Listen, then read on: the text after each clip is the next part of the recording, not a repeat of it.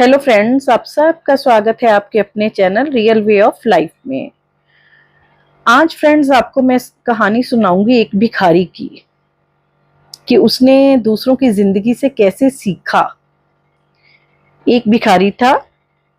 Rail सफर में भीख मांगने के दौरान एक सूट बूट पहने सेठ जी उसे दिखे। उसने सोचा कि ये व्यक्ति बहुत अमीर लगता है, इससे भीख मांगने पर ये मुझे जरूर अच्छे पैसे देगा। वह उस सेठ से भीख मांगने लगा। भिखारी को देखकर उस सेठ ने कहा, तुम हमेशा मांगते ही हो, क्या कभी किसी को कुछ देते भी हो? भिखारी बोला, साहब मैं तो भिखारी हूँ, हमेशा लोगों से मांगता ही रहता हूँ। मेरी इतनी औकात कहाँ है कि किसी को कुछ दे सकूं। सेठ ने कहा कि जब तुम किसी को कुछ दे नहीं सकते तो तुम्हें मांगने का भी कोई हक नहीं है।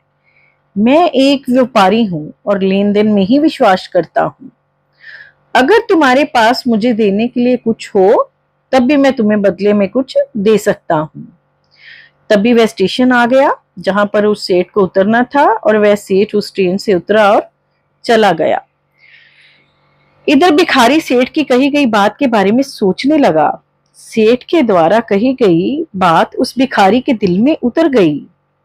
वह सोचने लगा कि शायद मुझे भीख में अधिक पैसा इसलिए नहीं मिलता क्योंकि मैं उसके बदले में किसी को कुछ नहीं दे पाता हूँ। लेकिन मैं तो भिखारी हूँ, किसी को कुछ देने के लायक भी नहीं हूँ, लेकिन कब तक मैं लोगों को बिना कुछ दिए केवल मांगता ही रहूंगा। बहुत सोचने के बाद भिखारी ने निर्णय लिया कि जो भी व्यक्ति उसे भीख देगा वो उसके बदले में उस व्यक्ति को कुछ ना कुछ जरूर देगा।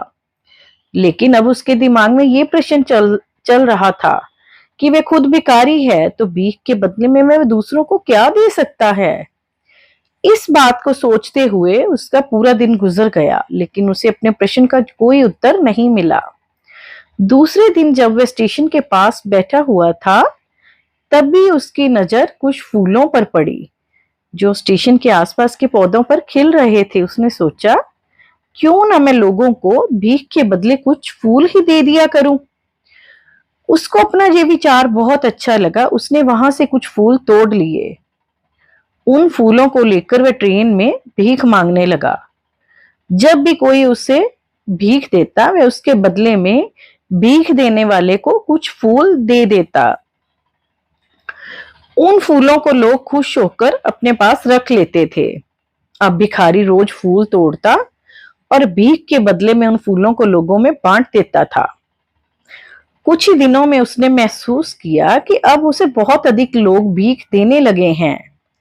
वह स्टेशन के पास के सभी फूलों को तोड़ लाता था। जब तक उसके पास फूल रहते थे तब तक उसे बहुत से लोग भीख देते थे, लेकिन जब फूल बांटते बांटते खत्म हो जाते तो उसे भीख भी नहीं मिलती थी।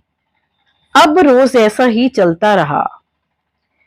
एक दिन जब वह भीख मांग रहा था तो उसने देखा कि वही से ट्रेन में बैठे हैं, जिसकी वजह से उसे भीख मांग के बदले फूल देने की प्रेरणा मिली थी।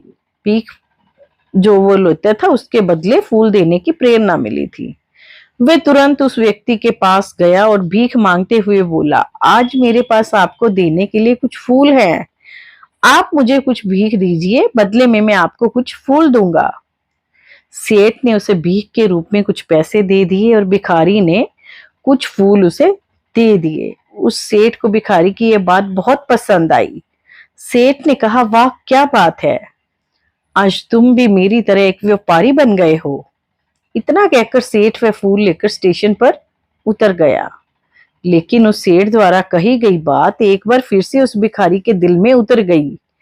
वह बार बार उस सेठ के द्वारा कही गई बात के बारे में सोचने लगा और बहुत खुश होने लगा। अब उसकी आंखें चमकने लगी थी। उसे लगने लगा कि अब उसके हाथ सफलता की वह चाबी लग गई है जिसके द्वारा वह अपने जीवन को बदल सकता है। वह तुरंत ट्रेन से नीचे उतरा और उत्साहित होकर बहुत तेज आवाज में ऊपर आसमान की ओर देखकर बोला, मैं भिखारी नहीं हूं, मैं तो एक व्यापारी हूं। मैं भी उस सेठ के जैसा बन सकता हूँ, मैं भी अमीर बन सकता हूँ। लोगों ने उसे देखा तो सोचा कि शायद ये भिखारी पागल हो गया है। अगले दिन से वे भिखारी उस स्टेशन पर फिर कभी नहीं दिखा। 1 वर्ष बाद जब इसी स्टेशन पर दो व्यक्ति सूट बूट पहने हुए यात्रा कर रहे थे, दोनों ने एक दूसरे को देखा तो उनमें से एक दूसरे को हाथ जोड़कर प्रणाम किया और कहा, क्या आपने मुझे पहचाना? सेठ जी, नहीं तो शायद हम लोग पहली बार मिल रहे हैं।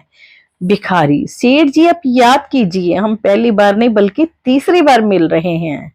सेठ ने बोला, मुझे याद नहीं आ रहा, वैसे हम पहले 2 बार कब मिले थे? अब पहला व्यक्ति मुस्कुराया और बोला, हम पहले भी 2 बार इसी ट्रेन में मिले थे।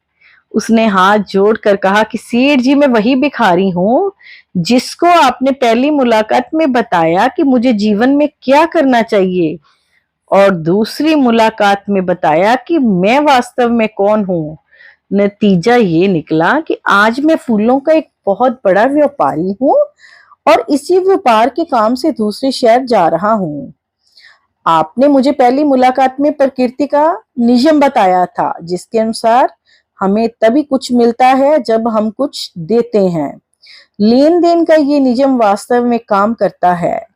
सेठ जी, मैंने ये बहुत अच्छी तरह महसूस किया है, लेकिन मैं खुद को हमेशा भिखारी ही समझता रहा।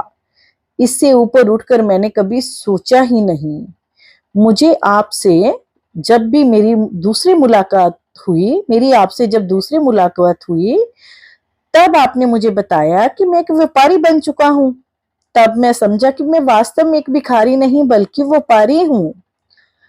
भारतीय ऋषियों ने संभवत इसीलिए स्वयं को जानने पर सबसे अधिक जोर दिया और फिर कहा, सोहम शिवोहम। समझ की ही तो बात है। भिखारी ने स्वयं को जब तक भिखारी समझा वे भिखारी ही रहा, लेकिन जब उसने स्वयं को व्यापारी मान लिया वे व्यापारी बन गया। इसी प्रकार जिस दिन हम ठान लेंगे कि हमें उस मंजिल तक पहुंचना है, तो फिर हम अपनी मनचाही मंजिल तक पहुंचने में आपको कोई नहीं रोक सकता। आप एक बार खुद से वायदा तो कीजिए, आप एक बार खुद पर भरोसा तो कीजिए। कोई भी ऐसा लक्ष्य नहीं है जिसे आप पा ना सकें। एक बार आप मन में जब ठान लेंगे कि मैंने ये करना है या मैं ये हूं, तो आप हमेशा उस चीज को पा लेंगे। मैं आपको एक बताना चाहती हूँ, ये यूनिवर्स का नियम भी है, शायद बहुत सारे लोग इसमें आप में से जानते होंगे। कहते हैं, जब हम मान लीजिए कहते हैं कि मेरे पास बहुत सारा पैसा है, तो मैंने जो पढ़ा है सुना है बड़ों से, तो कहा जाता है कि यूनिवर्स में वो 50,000 टाइम जो है बात हमारी यूनिवर्स में जाती है और फिर वही बात वापस आती है। यानी मैंने बोला मेरे पास बहुत पैसा है या मैं बहुत हेल्दी हूं, तो वो 50,000 टाइम वापस बात आएगी और वो ही मेरे ऑरा को और फैल जाएगी ऑरा में। तो इसलिए आपको हमेशा पॉजिटिव रहना चाहिए, अच्छा सोचना चाहिए, नेगेटिव थॉट को माइंड में बिल्कुल नहीं लाना चाहिए। पॉजिटिव रहेंगे, अच्छी बात सोचेंगे, तो आपका जो प्रॉब्लम सिचुएशन आपकी लाइफ में आई भी है वो भी बहुत जल्दी निकल जाती है। ये ऐसा फ्रेंड्स आप एक बार करके जरूर देखें, इससे बहुत जल्दी आपकी प्रॉब्लम जरूर होती है, दिक्कत होती है हर किसी की लाइफ में, पर उससे निकलने में ये चीज बहुत मदद करती है। हमेशा पॉजिटिव रहें। तो फ्रेंड्स, अगर आपको मेरी ये वीडियो सुनाई हुई कहानी अच्छी लगी हो तो प्लीज मेरे चैनल को सब्सक्राइब करें, मेरी वीडियो को लाइक और शेयर जरूर करें। Thank you friends.